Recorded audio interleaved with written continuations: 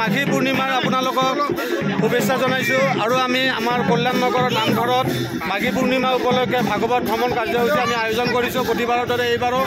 গতিকে গোটেইখিনি অনুষ্ঠান আপোনালোকক দেখুৱাওঁ, আপোনালোকে ভিডিঅ'টো সম্পূৰ্ণকৈ চাব। ইতিমধ্যে আমাৰ ৰাইজ সমাগত হৈছে, সকলো ৰাইজ। কল্যাণ নগৰ নিচিনা এখন জেগাতে ভাগৱত অনুষ্ঠানটি ইমান সুন্দৰভাৱে উপস্থাপন কৰিছে আমাৰ সকলো ৰাইজে মিলি।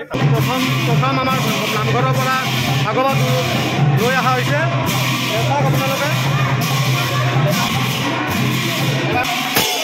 তোমালোকে হাত